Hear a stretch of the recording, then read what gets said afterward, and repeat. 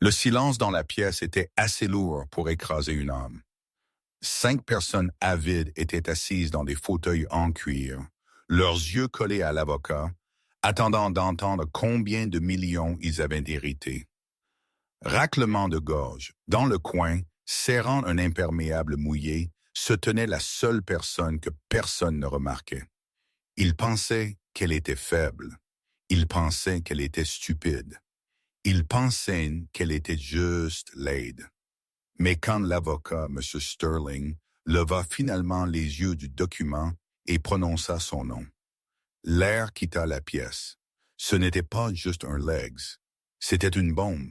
Et quand la poussière retomba, la famille Vance ne serait plus jamais la même. La pluie à Seattle, le 14 octobre, était implacable. Elle ne tombait pas juste.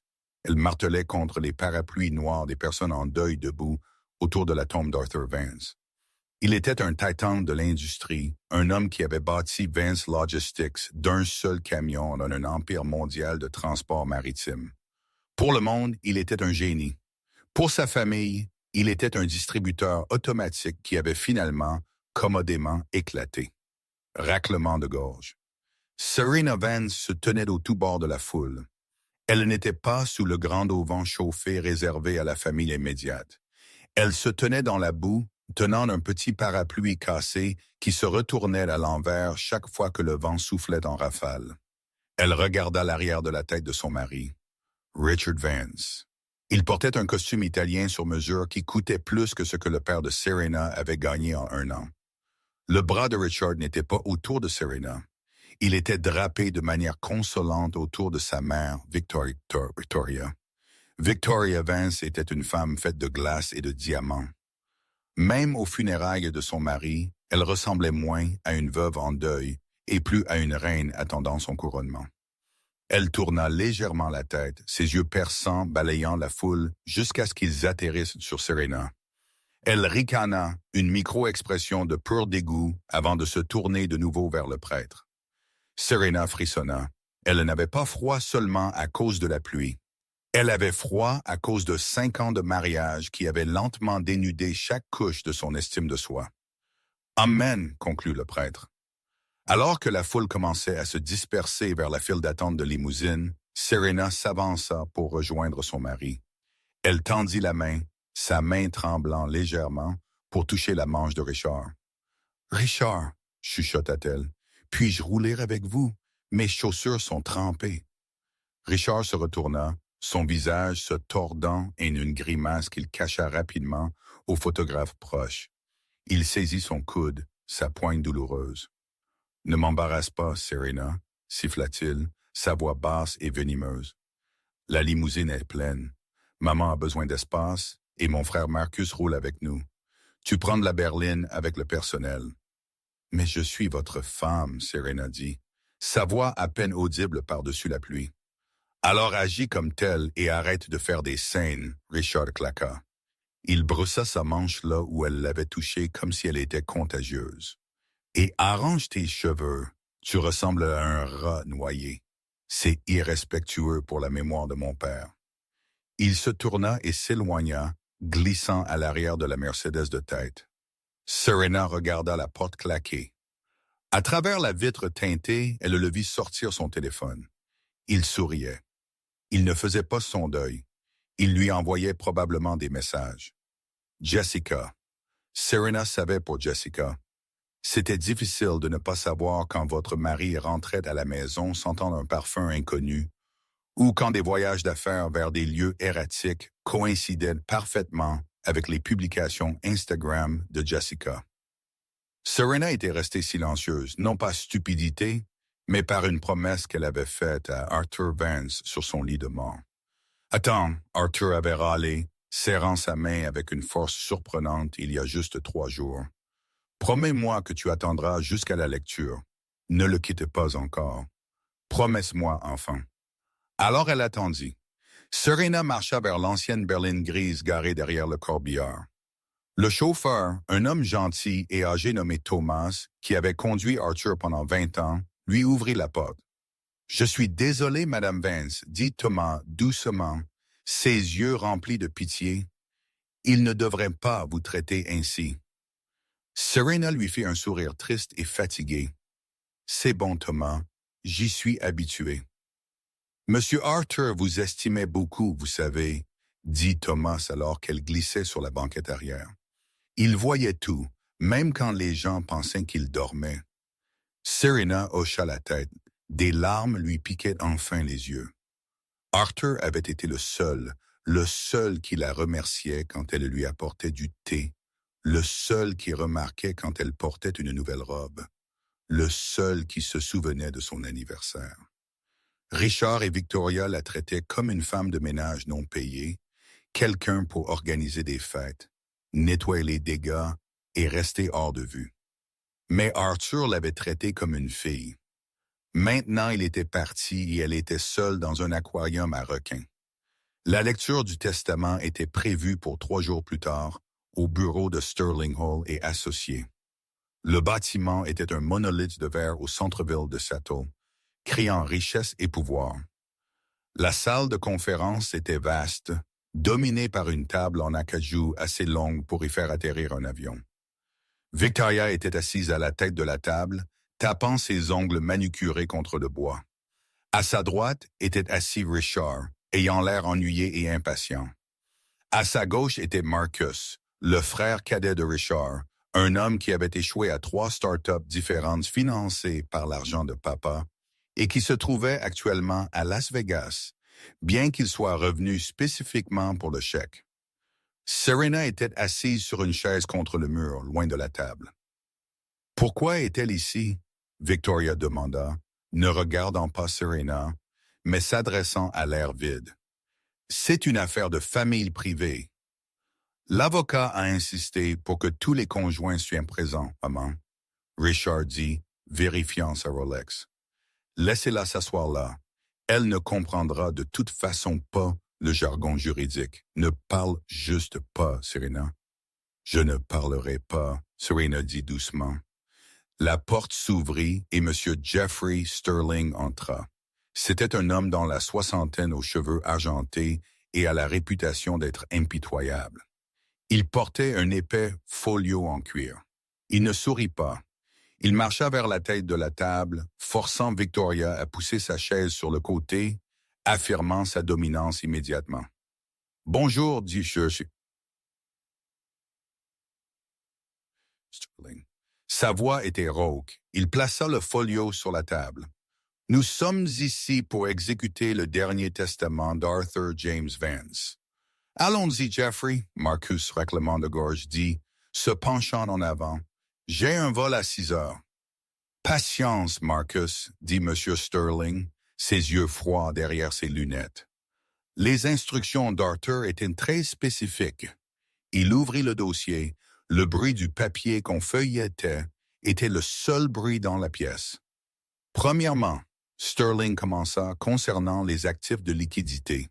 À ma sœur Béatrice, à qui je n'ai pas parlé depuis 10 ans, mais qui, je le sais, regarde via diffusion en direct. Je laisse la somme de 10 000 $ à la condition qu'elle l'utilise pour faire vœu de silence.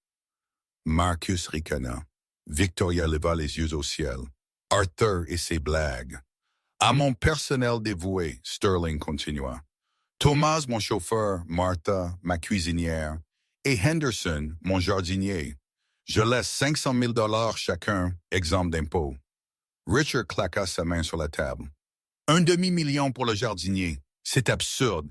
Nous contesterons cela. »« Vous ne contesterez rien, » Sterling dit sèchement. « Le testament est blindé, Richard. Arthur était saint d'esprit. Ne m'interrompez plus. » Richard s'enfonça dans sa chaise, fumant, sa mâchoire serrée. Serena le regarda de son coin. Elle savait ce qui l'attendait. L'entreprise, les actions, les milliards. « À ma femme, Victoria », Sterling lut. Victoria se redressa, lissant sa robe. « Je laisse le domaine du lac à Genève, les bijoux actuellement en sa possession et une allocation mensuelle de 25 000. » La pièce devint silencieuse. « Excusez-moi », Victoria chuchota, son visage perdant toute couleur. « Une une allocation de 25 000 qui couvre à peine mes frais de club de campagne. Où est-ce le capital? Où sont les actions? L'allocation est conditionnée à votre non-remariage, Sterling ajouta sèchement. Si vous vous remariez, l'allocation cesse. C'est une insulte, Victoria hurla, se levant. J'ai été sa femme pendant 40 ans. Et pendant 30 d'entre eux, vous avez dormi dans une chambre séparée et dépensé son argent pour des garçons de piscine, Sterling dit, ne levant pas les yeux du papier. Arthur connaissait Victoria. Il a toujours su. Victoria s'effondra de nouveau dans sa chaise, haletant pour de l'air. À mon fils, Marcos, Sterling continua. Je laisse ma collection de voitures anciennes évaluée à environ 4 millions de dollars. Cependant, elles sont détenues dans une fiducie.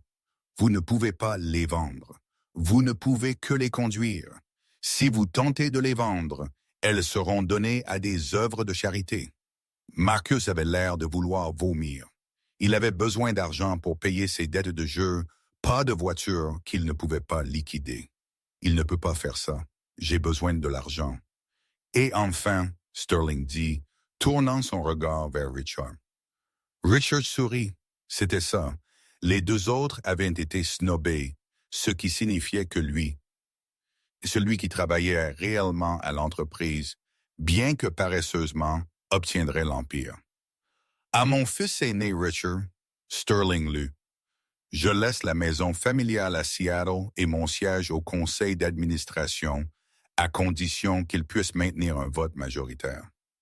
Richard expira, un sourire énorme se répandant sur son visage. Enfin, la maison et le siège au conseil, c'est le contrôle.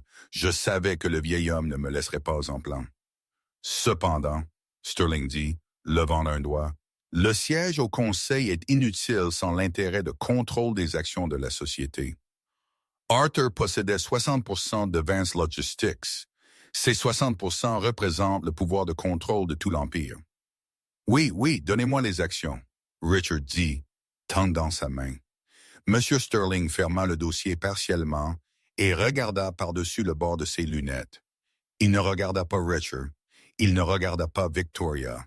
Il regarda au-delà d'eux. Il regarda le coin de la pièce. Madame Vance, Sterling dit. Richard eut l'air confus. Je suis juste ici. Ah, vous voulez aider ma mère? Non, Sterling dit fermement. Je veux dire Madame Serena Vance. Serena, voulez-vous, s'il vous plaît, nous rejoindre à table? Serena sentit son cœur battre contre ses côtes comme un oiseau piégé. C'était le moment où elle se leva, ses jambes se sentant comme de la gelée, et marcha vers la chaise vide en face de Richard. « Pourquoi l'appelez-vous? » Richard ricana. « Papa lui a-t-il laissé un service à thé, un aspirateur? » Serena s'assit. Elle ne regarda pas Richard. Elle regarda directement M. Sterling. « Bonjour, Serena, » Sterling dit, sa voix s'adoucissant pour la première fois. Raclement de gorge. « Êtes-vous prête? Oui, Monsieur Sterling, » répondit-elle. Sa voix était stable, se surprenant même elle-même. « Très bien. » Sterling s'éclaircit la gorge et regarda de nouveau le document. « À la personne qui s'est assise à mes côtés pendant la chimiothérapie, quand ma famille était en vacances à Saint-Tropez. À la personne qui a appris les subtilités de mon entreprise en me lisant mes registres à voix haute, quand ma vue a décliné. À la seule personne de cette famille qui possède à la fois un cœur et un cerveau. » Sterling marqua une pause pour l'effet. La pièce était si silencieuse qu'on pouvait entendre le bourdonnement de la climatisation. « Je laisse la participation de contrôle de 60% de Vance Logistics, toutes les réserves de trésorerie offshore totalisant 300 millions de dollars, et le pouvoir de décision finale concernant l'emploi de tous les membres de la famille au sein de l'entreprise. À ma belle-fille, Serena Vance. » Le halètement n'était pas juste un son, c'était une force physique. Victoria fit un bruit comme un chat mourant. Marcus laissa tomber son téléphone. Richard se figea simplement. Son cerveau ne pouvait pas traiter les mots. C'était comme si l'avocat parlait une langue étrangère. « Quoi? » Richard chuchota finalement. « C'est une blague. C'est une erreur. Lisez-le encore. » Ce n'est pas une erreur, Richard, Sterling dit. Serena possède l'entreprise. Elle est votre patronne. Elle est la présidente. Elle est la PDG. C'est une personne de rien. Richard hurla, claquant ses poings sur la table, son visage prenant une teinte violette violente. C'est une décrocheuse du lycée du Midwest. Elle servait la table. Elle ne connaît rien à la logistique. Elle est juste Serena. En fait, Sterling dit, tirant un deuxième document de son folio, c'est là que vous avez tort. Arthur a payé pour que Serena termine son éducation en secret. Elle est titulaire d'un master en administration des affaires de Stanford, obtenu en ligne au cours des 4 dernières années pendant qu'elle s'occupait de la maison. Elle a également conseillé Arthur sur toutes les acquisitions majeures au cours des 18 derniers mois. Cette fusion avec Blue Water Shipping, c'était l'idée de Serena. Richard regarda Serena, l'horreur naissant dans ses yeux. Il regarda la femme qu'il avait réprimandée, ignorée et trompée. La femme qu'il avait traitée comme un meuble. Serena leva lentement les yeux pour rencontrer les siens. La peur avait disparu. L'arraclement de gorge et timidité avait disparu. À leur place se trouvait une détermination froide et d'acier qui ressemblait étrangement à Arthur Vance. « Toi, balbutia Richard, tu nous as joué. »« Je n'ai joué personne, Richard, » dit Serena. Sa voix était calme, mais elle portait un poids d'autorité que Richard n'avait jamais entendu auparavant. « J'ai juste fait attention. » Raclement de gorge. « Quelque chose que tu n'as jamais fait. »« C'est une fraude !» Victoria hurla, retrouvant sa voix. « Elle a manipulé un homme mourant. Influence indue. Nous allons vous poursuivre en justice. Nous allons vous enterrer au tribunal, petite sorcière chercheuse d'or. » J'avais anticipé cela, Sterling interrompit, brandissant une clé USB. Arthur a enregistré un testament vidéo 2 jours avant son décès. Il détaille explicitement son état mental et ses raisons de vous exclure tous. Il détaille également d'autres choses. Sterling regarda Richard avec un regard de pur dédain. « Quelles autres choses ?» Richard demanda, une goutte de sueur coulant le long de sa tempe. « Arthur a engagé un détective privé il y a 6 mois, Richard Sterling dit. Il sait pour Jessica. Il sait pour l'appartement que vous lui avez acheté à Belltown en utilisant les fonds de la société. C'est un détournement de fonds, Richard. Un crime. » Richard s'enfonça dans sa chaise détruite. Serena se leva. Elle posa ses mains sur la table et se pencha en avant. « Nous en avons fini ici pour aujourd'hui, » Serena dit. « Monsieur Sterling, veuillez, raclement de gorge, préparer les documents de transfert. Victoria, Richard, Marcus, je vous attends tous dans mon bureau à 4h15 AM demain. Ne soyez pas en retard, nous avons beaucoup de changements à discuter. » Elle se tourna pour partir. « Où vas-tu? » Richard cria désespéré. « Serena, attends, nous devons parler, chérie, s'il te plaît. » Serena s'arrêta à la porte, elle ne se retourna pas. « Mon nom est Madame Vance, dit-elle, et j'ai une entreprise à diriger. » Elle sortit, les laissant tous les 3 assis dans les ruines de leurs attentes. Le trajet en ascenseur jusqu'au 40e étage de la Vance Logistics Tower, le lendemain matin, fut le plus long de la vie de Richard Vance. Habituellement, les gardes de sécurité hochaient la tête avec déférence et la réceptionniste aurait son café prêt. Aujourd'hui, le garde de sécurité demanda à voir son badge d'identité. Quand Richard le passa au tourniquet, la lumière clignota rouge. Accès refusé. « Il doit y avoir une erreur », Richard claqua, son visage rougissant alors qu'une file d'employés se formait derrière lui. « Je suis raclement de gorge, Richard Vance. Ouvrez la porte. »« Je ne peux pas faire cela, monsieur, » dit le garde, l'air mal à l'aise mais ferme. « Votre autorisation a été suspendue en attendant un examen par la présidente. »« La présidente? » Richard raclement de gorge cracha. « Vous voulez dire ma femme? C'est ridicule. Laissez-moi monter. » Finalement, Thomas, le chauffeur de la famille, apparut de la zone des ascenseurs, Mais il ne portait pas sa casquette de chauffeur habituelle. Il portait un costume, il passa une carte maîtresse, ouvrit la porte et fit signe à Richard de suivre. Elle vous attend dans la salle de conférence principale, Thomas dit. Depuis quand donnez-vous des ordres, Thomas? Richard marmonna, ajustant sa cravate. Depuis que Mme Vance m'a nommé chef de la sécurité d'entreprise ce matin, Thomas répondit calmement. Il s'avère que 30 ans de conduite vous donnent un bon œil pour savoir qui est loyal et qui vole de l'argent pour l'essence.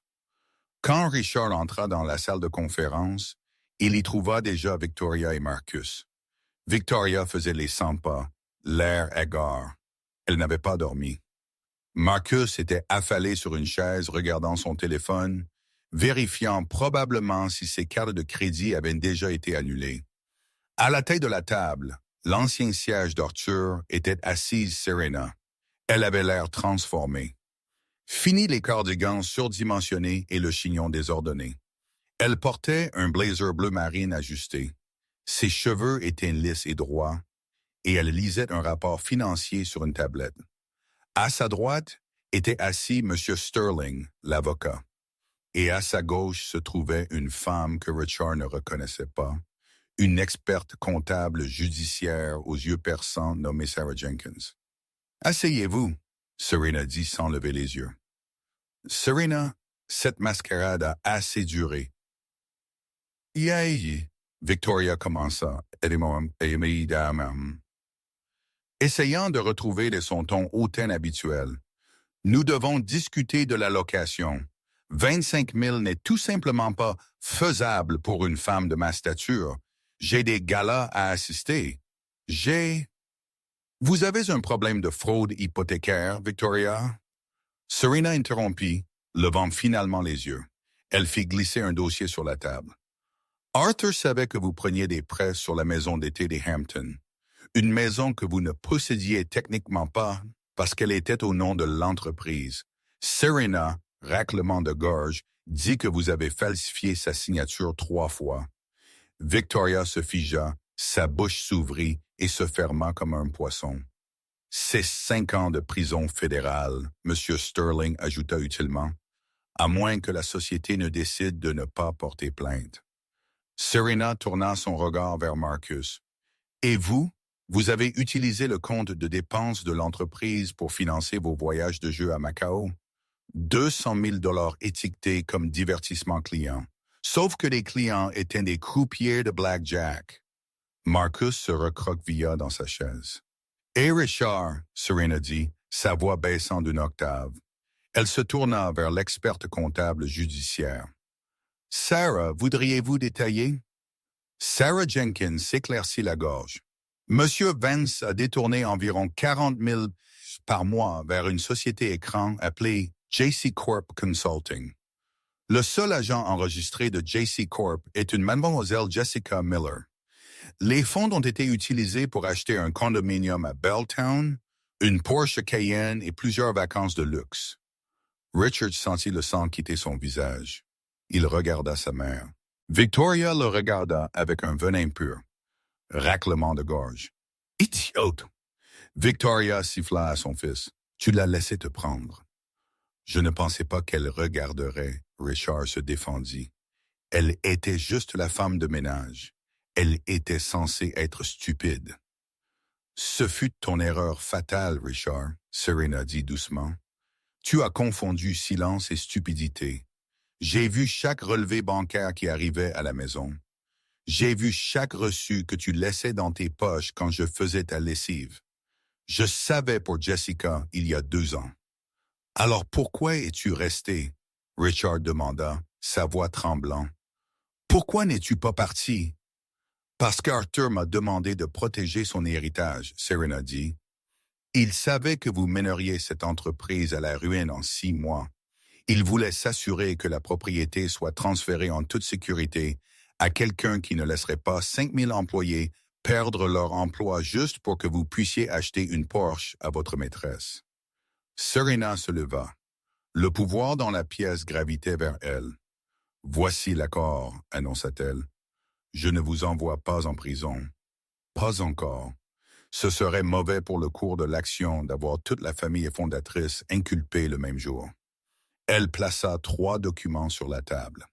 Victoria, vous transférerez la maison des Hampton à l'entreprise pour couvrir votre dette. Vous vivrez de la location qu'Arthur vous a laissée. Si vous vous plaignez, je remets les preuves de falsification au FBI.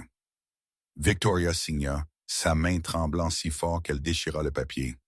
Marcus, vous êtes complètement coupé. Vous pouvez garder les voitures qu'Arthur vous a laissées, mais vous ne pouvez pas les vendre. Si vous voulez de l'argent, vous pouvez postuler pour un emploi dans l'entrepôt. Le salaire de départ est de 22 $ l'heure.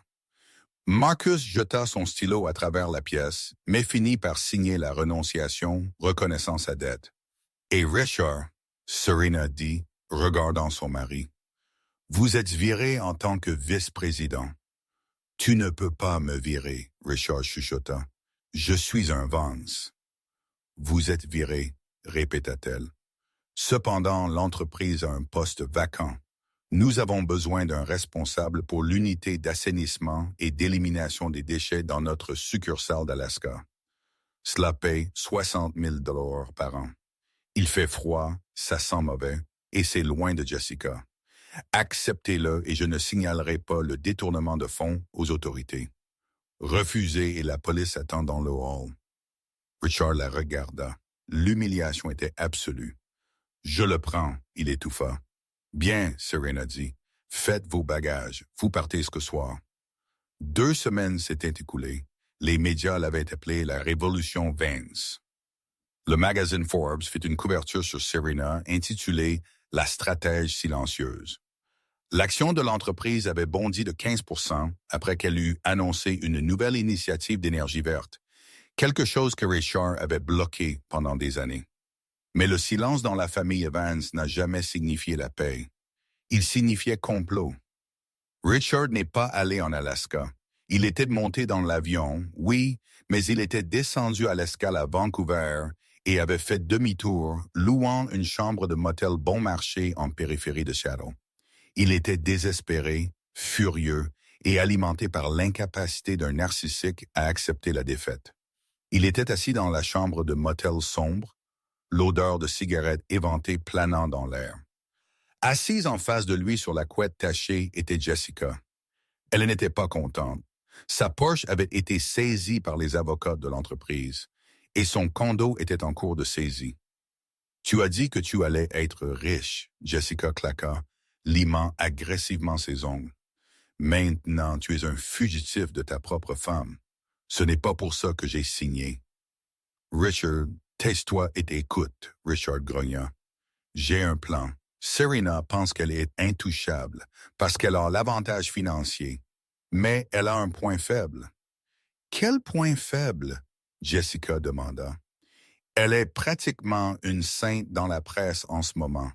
La veuve en deuil qui a sauvé l'entreprise. »« Son passé, » dit Richard, un sourire cruel se formant. « Elle a grandi dans un parc de caravanes dans l'Ohio. Son père n'était personne. Mais il y a eu un incident avant qu'elle ne me rencontre. » Richard sortit une enveloppe maniée froissée qu'il avait volée du coffre privé d'Arthur il y a des années. Une des rares choses qu'Arthur n'avait pas numérisées. Arthur a fait une vérification de ses antécédents quand nous avons commencé à sortir ensemble, Richard expliqua.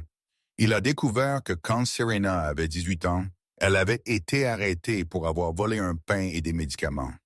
Les accusations ont été abandonnées parce qu'elle était mineure et c'était une première infraction. Mais le rapport de police existe.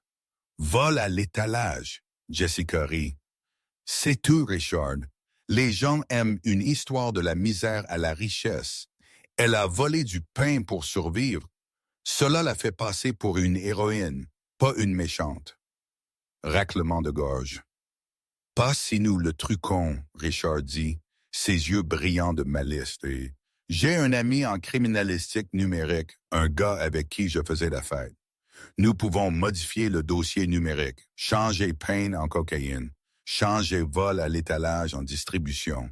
Si nous laissons fuiter un rapport de police disant que la PDG de Vance Logistics était une trafiquante de drogue dans sa jeunesse, Le conseil paniquera. La clause de moralité dans les statuts de l'entreprise est stricte. Toute preuve d'activité criminelle passée impliquant des stupéfiants crée un vote de défiance automatique. C'est risqué, Jessica dit, intriguée. Si on se fait prendre à falsifier des dossiers de police, nous ne nous ferons pas prendre. Rashard insista. Nous le faisons fuiter d'abord vers un bloc de potins. Une fois que la rumeur commence, l'action chute. Le conseil a peur, il la suspende en attendant une enquête. Et dans ce cas, j'appelle à un vote familial d'urgence pour me réintégrer en tant que PDG par intérim. Et qu'est-ce que j'obtiens? Jessica demanda. Tu deviens la femme du PDG, Richard promit. Je la divorcerai dès qu'elle ne sera plus sur le siège. Pendant ce temps, à travers la ville, Victoria n'était pas inactive. Elle avait été forcée de déménager dans un condo plus petit de 2 chambres au centre-ville. C'était luxueux selon les normes normales, mais une cellule de prison pour elle. Elle était assise à sa petite table de cuisine, buvant du vin bon marché. Son téléphone vibra. C'était Marcus. « Maman, je ne peux pas travailler dans l'entrepôt. » Marcus gémit. « Mon dos me fait mal, et les gars là-bas, ils se moquent de moi. » « Arrête de te plaindre, Marcus, » Victoria claqua. « Je travaille sur une solution. » Victoria avait décidé d'adopter une approche différente. Si Richard était le marteau, elle serait le poison. Elle avait organisé un déjeuner avec Silas Thorne, le PDG de Thorne Shipping, le plus grand et le plus impitoyable concurrent de Vance Logistics. Ils se rencontrèrent dans un restaurant français isolé. Victoria, Silas ronronna, lui versant du vin. « Vous avez l'air stressé. La dégradation du style de vie ne vous convient pas. »« Je veux qu'elle soit détruite, Silas, » Victoria dit, sautant les politesses. Silas gloussa. « Elle est sûre. Elle a rejeté mon offre de rachat hier. A dit que les normes environnementales de mon entreprise étaient médiévales. »« C'est une novice, » Victoria insista. « Elle ne connaît pas le côté obscur des affaires. Écoutez, Arthur gardait un carnet noir, une liste de pots de vin versés à des fonctionnaires des douanes dans des ports étrangers dans les années 90. C'est comme ça qu'il a bâti l'Empire Homme. Si ce livre est révélé, le DOJ va déchirer Vance Logistics. »« Et où est ce livre? » Silas demanda, se penchant. « Je sais où Arthur l'a caché, » Victoria mentit. Elle ne savait pas avec certitude, mais elle avait une idée. « Je peux vous l'obtenir. Mais en échange, quand vous rachèterez l'entreprise pour des cacahuètes, vous me donnez 10% et un siège à votre conseil. »« Procurez-moi le livre, » Silas dit, ses yeux froids, « et je ferai de vous une femme très riche. » Les loups tournaient en cercle. Richard attaquait la réputation de Serena par le bas et Victoria attaquait les fondations de l'entreprise par le haut. Le gala annuel de charité de la logistique et du commerce était le plus grand événement de la saison. C'était la première apparition publique majeure de Serena en tant que PDG. Elle savait que les yeux seraient sur elle. Elle portait une superbe robe vert émeraude qui la faisait paraître royale, un contraste frappant avec la femme grise et invisible qu'elle était autrefois. Thomas, son chef de la sécurité, marchait près d'elle. « Nous avons des invités non invités, maman. » Thomas murmura dans son oreillette alors qu'ils entraient dans la salle de bal. Raclement de gorge. Serena regarda vers l'entrée. Richard était là portant un smoking qu'il avait probablement loué. Jessica était à son bras portant une robe qui était bien trop flashy pour un événement caritatif. Et dans le coin parlant aux journalistes se trouvait Victoria. « Laissez-les entrer, » Serena dit, son visage impassible. « S'ils veulent faire une scène, qu'ils le fassent là où le monde peut voir. » La soirée se déroula sans accroche jusqu'à ce que les discours commencent. Serena monta sur scène sous des applaudissements retentissants. Elle commença à parler de sa vision pour un avenir durable. Soudainement, le grand écran de projection derrière elle vacilla. Le logo de Vance Logistics disparut.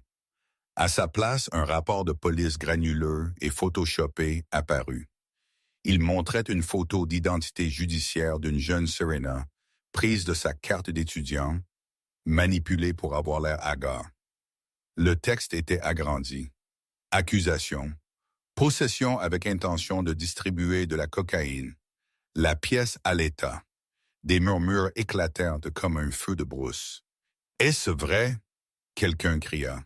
Serena se retourna et regarda l'écran. Elle ne broncha pas. Elle ne paniqua pas. Richard s'avança de la foule, feignant le choc. « Oh mon Dieu, Serena, c'est pourquoi tu as caché ton passé.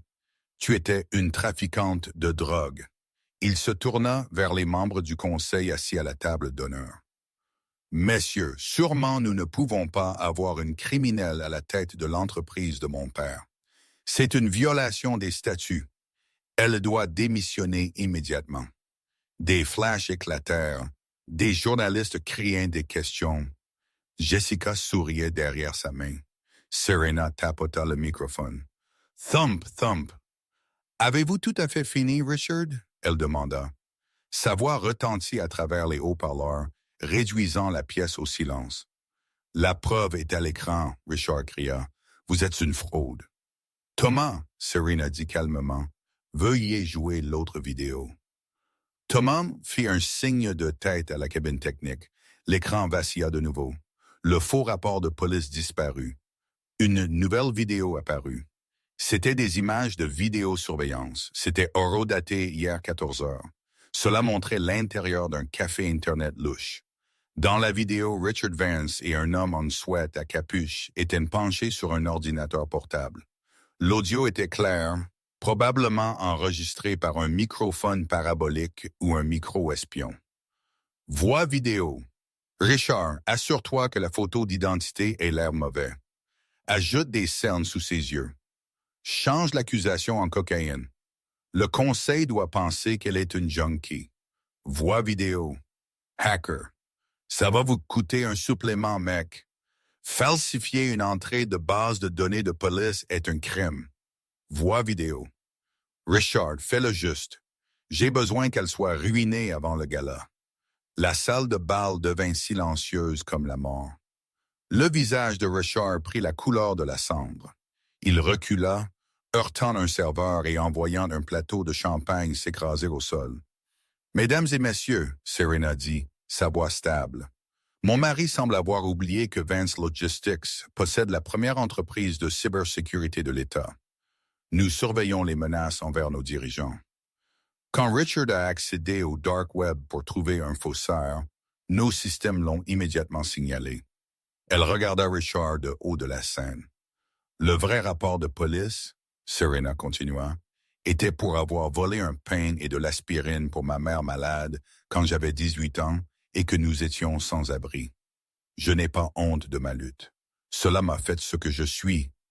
Mais toi, Richard, tu devrais avoir honte. Arrêtez-le! Quelqu'un raclement de gorge dans la foule cria. Des policiers qui attendaient en coulisses au signal de Thomas se mirent en mouvement. Ils menottèrent un Richard en plein centre de la scène de bal. « Non, non, c'est un coup monté !» Richard cria alors qu'il était traîné dehors. Jessica essaya de s'échapper, mais des officiers lui bloquèrent aussi le chemin, complices de fraude. Serena les regarda partir, puis tourna ses yeux vers le coin de la pièce, vers Victoria. Victoria tremblait, serrant son sac à main. Elle avait vu son fils détruit en quelques secondes, mais elle avait encore sa carte à jouer. Elle avait Silas Thorne. Elle regarda vers la sortie, prévoyant de s'enfuir et de rencontrer Silas pour lui remettre l'emplacement du carnet noir. Mais alors que le regard de Serena se posait sur elle, Victoria réalisa avec un sentiment de naufrage, elle sait. Serena parla dans le microphone une dernière fois. « Maintenant, si vous voulez bien m'excuser, j'ai une autre affaire de famille à régler. » Pendant que Richard était poussé à l'arrière d'une voiture de police devant la salle de bal de l'hôtel, criant à la provocation, Victoria Vance était déjà partie. Elle fonçait sur l'autoroute I-5 dans sa Mercedes, zigzaguant à travers le trafic avec un désespoir imprudent qui terrifiait les autres conducteurs. Ses mains serraient le volant si fort que ses jointures étaient blanches comme l'os. La pluie avait recommencé, une averse torrentielle de Seattle qui martelait le pare-brise, correspondant au chaos dans son esprit.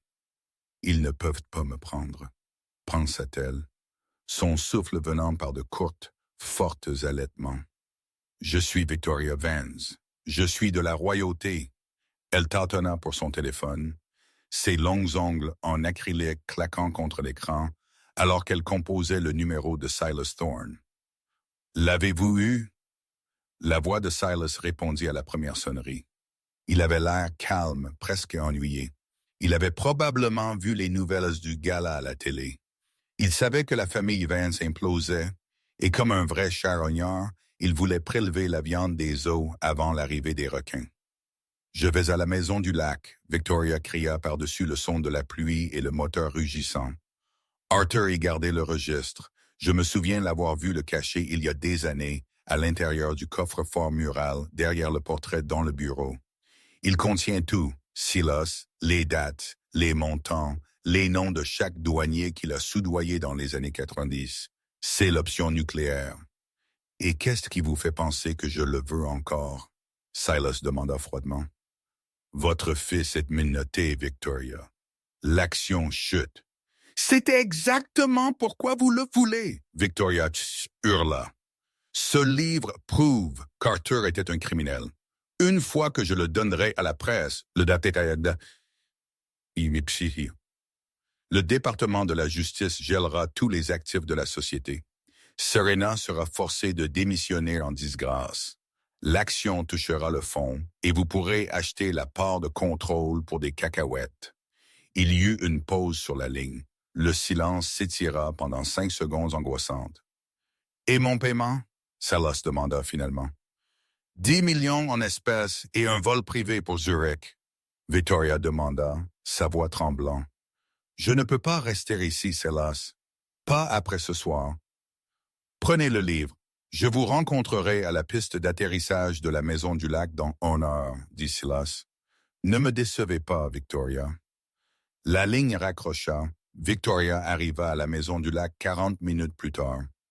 C'était un vaste domaine en bois niché profondément dans les bois, sentant les aiguilles de pin et le vieil argent. C'était habituellement un lieu de paix. Mais ce soir, dans la tempête, cela ressemblait à une forteresse hantée.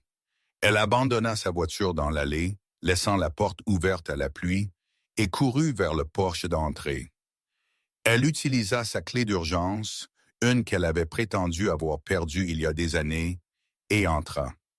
La maison était plongée dans le noir. Elle n'alluma pas les lumières. Elle ne voulait pas alerter le gardien.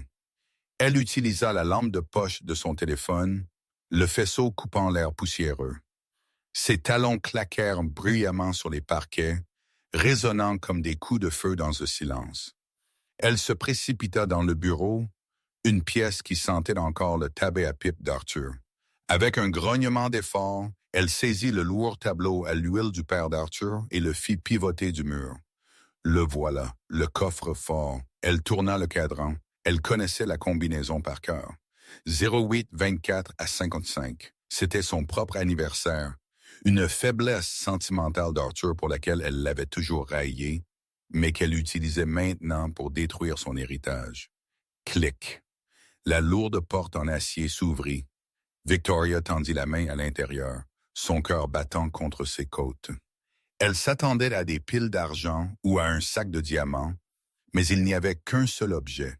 Raclement de gorge, un seul carnet noir relié en cuir. Victoria le saisit, le serrant contre sa poitrine comme une bouée de sauvetage. Un rire maniaque s'échappa de sa gorge. « Je t'ai eu », chuchota-t-elle dans l'obscurité. « Je gagne ». Soudain, elle entendit la porte d'entrée s'ouvrir. Des pas approchèrent, lents, délibérés et lourds. « Silas », appela-t-elle, se tournant vers le couloir.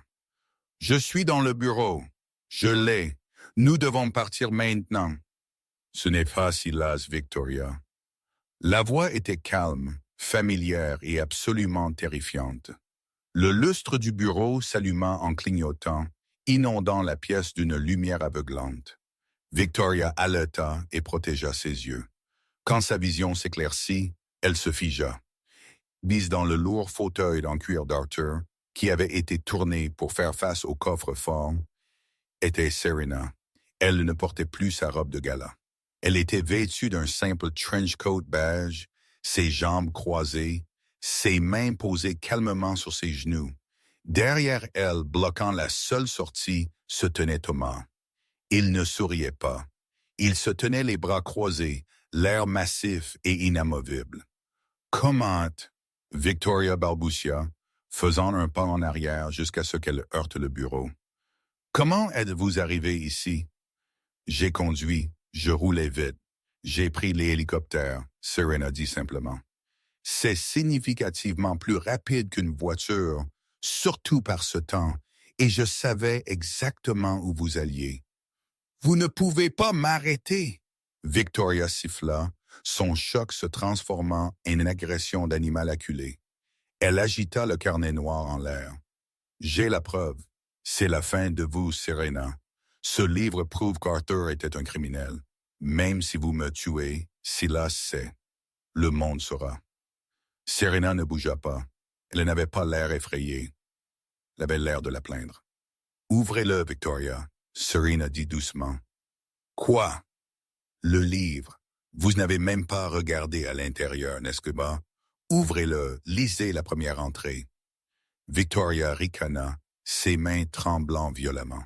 « Vous pensez que je ne le ferai pas? Je le lirai au monde. Je m'assurerai qu'il traîne son nom dans la boue. » Elle ouvrit la lourde couverture en cuir. Elle tourna à la première page, s'attendant à voir des colonnes de chiffres, des codes de compte offshore et des paiements illégaux. Au lieu de cela, elle vit l'écriture d'Arthur.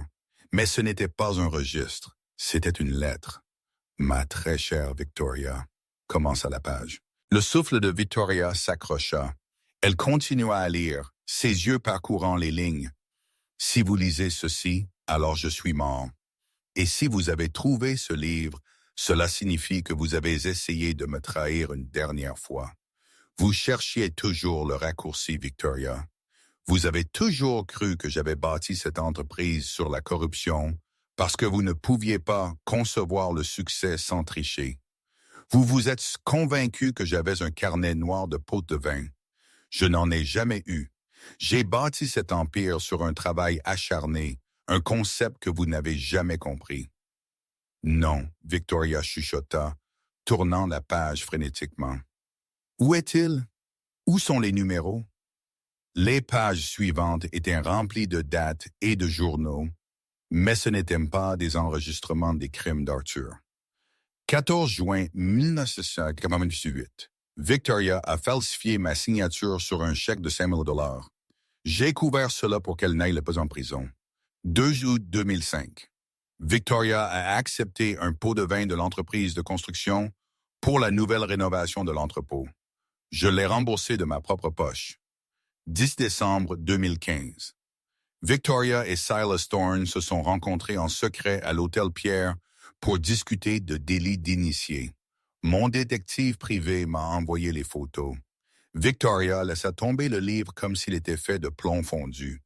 Il frappa le sol avec un bruit sourd et lourd. « Ce n'est pas un enregistrement de ses crimes, » Serena dit, se levant et marchant lentement vers sa belle-mère. « C'est un enregistrement des vôtres. » Victoria recula jusqu'à ce que son dos soit pressé contre le mur froid. « Non, non, c'est un truc. Vous avez planté ça. » Arthur savait que vous conspiriez avec Silas depuis des années, Serena expliqua, sa voix stable. Il savait que vous fournissiez des secrets commerciaux à Silas. C'est pourquoi l'entreprise a perdu le contrat naval en 2018. Arthur a gardé chaque reçu, chaque photo de surveillance, chaque virement bancaire. Il a tout compilé dans ce livre et l'a mis dans le coffre-fort, sachant que la seule raison pour laquelle vous l'ouvririez serait si vous essayiez de détruire l'entreprise. Serena s'arrêta à quelques pas. Vous êtes tombé directement dans le piège, Victoria. Arthur vous a donné un choix. Dans le testament, il vous a donné la location. Vous auriez pu vivre tranquillement. Vous auriez pu être une grand-mère si Richard avait grandi un jour, mais vous avez choisi l'avidité. Et Arthur savait que vous le feriez. Dehors, le son des sirènes hurla, devenant de plus en plus fort, coupant à travers la tempête. Des lumières bleues et rouges commencèrent à clignoter contre les fenêtres rayées de pluie. Je peux arranger ça, Victoria halta, cherchant une issue dans la pièce, mais il n'y en avait pas. Serena, s'il te plaît, nous sommes de la famille. Je suis une vieille femme. Tu ne peux pas les laisser me prendre. Pense au scandale. La porte d'entrée s'ouvrit en bas. Des bottes lourdes résonnèrent dans le couloir. Ce n'était pas Silas Thorne. « Victoria Vance !» Une voix retentit de l'embrasure de la porte. « Agents fédéraux, mains où nous pouvons les voir. » 4 agents en coupe-vent du FBI envahiront la pièce, armes au poing. Raclement de gorge. Serena recula, faisant signe à Thomas de l'escorter hors du bureau. Elle ne regarda pas les agents. Elle regarda seulement Victoria. « Serena !» Victoria hurla alors que les agents avançaient, lui saisissant les poignets et les forçant derrière son dos. Le clic des menottes signala la fin de son règne. « Serena, aidez-moi. Je suis votre mère. Je vous ai accueilli. »« Serena. » Serena s'arrêta dans l'embrasure de la porte. Elle regarda la femme qui avait raillé sa pauvreté, qui l'avait traitée comme une servante, qui avait essayé de ruiner sa vie par plaisir. « Vous ne m'avez pas accueilli, Victoria, » Serena dit, sa voix froide et finale. « Vous avez essayé de me briser et maintenant vous n'êtes qu'un poste que je supprime du registre. » Serena remonta son col contre le courant d'air froid et sortit sous la pluie, laissant la femme hurlante et le passé derrière elle. 1 an plus tard, la pluie grise persistante de Seattle avait enfin cessé, laissant raclement de gorge place à une matinée d'automne fraîche et brillante. La lumière du soleil inondait le 40e étage de la Vance Logistics Tower, mais le bureau ne ressemblait pas à la façon dont Arthur Vance l'avait laissé. Serena avait vidé la pièce. Le lourd lambris de chêne foncé oppressant avait disparu, remplacé par du verre du sol au plafond et des meubles modernes en bambou durable. L'air ne sentait plus la fumée de cigares éventés et les secrets. Il sentait l'espresso frais et les orchidées. Serena était assise derrière le massif bureau en verre, un stylo-plume à la main. En face d'elle était assise une équipe juridique à l'air vaincu, représentant ce qui était autrefois Thorne Shipping. « Les termes sont non négociables, » Serena dit, sa voix calme, mais coupant à travers la pièce comme un laser. « J'acquiers la flotte, les routes et les entrepôts. Je conserve 90% de la main-d'œuvre. Mais le nom Tar sera effacé de chaque coque et de chaque en-tête de lettres dans les 30 jours. Tout sera rebaptisé sous Vance Green Tech. » L'avocat principal soupira et poussa les documents en avant. « Compris, Madame Vance. Silas, Monsieur Thorne a accepté toutes les conditions. » Serena signa son nom avec une fioriture. Serena Vance, PDG. Ce fut la victoire ultime. Silas Thorne, l'homme qui avait conspiré avec Victoria pour la détruire, vivait maintenant dans un appartement loué, son héritage entièrement englouti par la femme qu'il avait qualifiée de novice. « Merci, messieurs. Sarah va vous faire sortir, » Serena dit, les congédiant. Alors que les avocats sortaient en traînant les pieds, la pièce devint silencieuse. Serena se leva et marcha vers la fenêtre, regardant la ville animée en contrebas. Elle prit une profonde respiration. Elle était fatiguée, mais c'était une bonne sorte de fatigue, celle qui vient de la construction de quelque chose, pas de la dissimulation. À des kilomètres de là, dans la réalité humide et bétonnée du pénitencier d'État de Washington, la routine matinale était bien moins glamour. Le détenu Humason Farrant, autrefois connu sous le nom de Richard Vance, était de corvée de nettoyage. Il poussait un seau à serpillière sur le sol en linoléum de la cafétéria. Ses costumes italiens sur mesure étaient un lointain souvenir, remplacé par une combinaison orange ample qui irritait sa peau. Au mur, une petite télévision diffusait les nouvelles financières du matin. Et dans un mouvement stupéfiant, Vance Logistics a annoncé des bénéfices records pour le 3e trimestre, solidifiant Serena Vance comme la femme d'affaires de l'année. Richard arrêta de passer la serpillière. Il fixa l'écran. La voilà. Serena, elle avait l'air radieuse, puissante et intouchable. Elle souriait à la caméra, un sourire qu'elle ne lui avait jamais montré.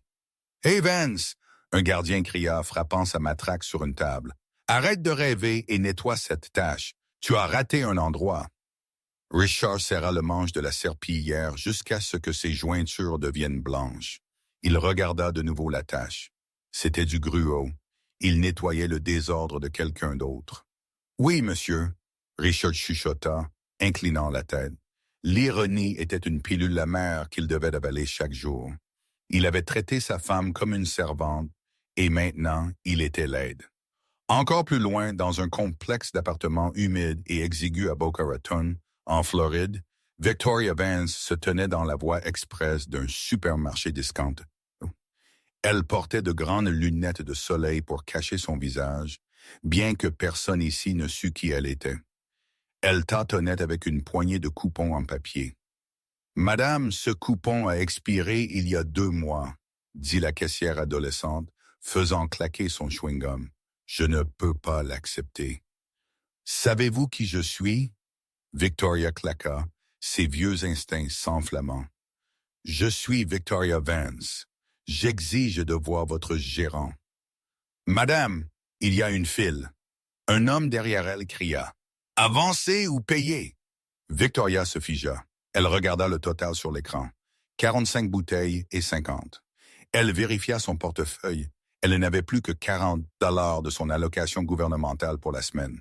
Son visage brûlait d'humiliation. Elle sortit une bouteille de vin bon marché de son caddie et la mit de côté. « Enlevez ça, marmonna-t-elle. »« Peu importe, » dit la caissière. Victoria sortit du magasin, les sacs en plastique lui coupant les doigts. Il n'y avait pas de chauffeur pour la prendre, pas de limousine, juste le soleil chaud et collant de la Floride et une longue marche vers un appartement solitaire où le téléphone ne sonnait jamais. De retour à Seattle, les portes de l'ascenseur du bureau Penthouse s'ouvrirent. Thomas sortit. Il n'était plus seulement un agent de sécurité. Il était le directeur des opérations, bien qu'il insistât pour conduire Serena personnellement les jours importants. « La voiture est prête, Serena, » Thomas dit chaleureusement. Il avait cessé de l'appeler Madame Vance en privé des mois auparavant à sa demande. Ils étaient partenaires maintenant. « Merci, Thomas, » Serena dit, se détournant de la fenêtre. Elle passa devant le grand miroir dans le couloir. Elle s'arrêta une seconde. Elle se souvint de la femme qui s'était tenue sous la pluie aux funérailles d'Arthur, trempée, frissonnante, effrayée par sa propre ombre. Cette femme était partie, raclement de gorge. À sa place se tenait un titan. Elle lissa le revers de son blazer émeraude. Elle ne vérifia pas son téléphone pour voir si Richard avait écrit. Elle ne s'inquiéta pas de ce que Victoria complotait. C'étaient des fantômes. « Allons rendre visite à Arthur, » Serena dit, marchant vers l'ascenseur. « Je veux lui dire que nous avons enfin racheté la concurrence. Ça va lui faire un vrai plaisir. » Alors qu'elle marchait dans le hall, les réceptionnistes, l'équipe de sécurité et les analystes juniors arrêtèrent tous ce qu'ils faisaient. Ils ne s'inclinèrent pas de peur comme ils l'avaient fait pour Richard. Ils se tinrent droits et sourirent. « Bonjour, Madame Vance. Excellent travail sur la fusion, Madame Vance. » Serena leur rendit un sourire authentique et chaleureux. Elle sortit par les portes tournantes, Thomas tenant le parapluie pour elle, non parce qu'elle était impuissante, mais parce qu'elle était la reine. La femme ignorée avait disparu. La PDG était arrivée et le monde ne la négligerait plus jamais. Quelle montagne russe! Serena est passée d'être l'aide ignorée en arrière-plan à la femme la plus puissante de la pièce, faisant tomber les vautours avides qui l'avaient sous-estimée. Cela montre juste que vous ne devriez jamais juger quelqu'un par son silence. Parfois, ils attendent juste le bon moment pour parler. Si vous avez apprécié cette histoire de karma et de douce vengeance, veuillez appuyer sur ce bouton « J'aime ». Cela aide vraiment la chaîne à grandir. Et si vous voulez plus d'histoires comme celle-ci, où l'outsider gagne tout, assurez-vous de vous abonner et d'activer la cloche de notification pour ne jamais manquer une vidéo. Qu'auriez-vous fait si vous étiez Serena? Auriez-vous pardonné à Richard ou a-t-il eu exactement ce qu'il méritait? Faites-le moi savoir dans les commentaires ci-dessous. Merci d'avoir regardé et je vous verrai dans le prochain.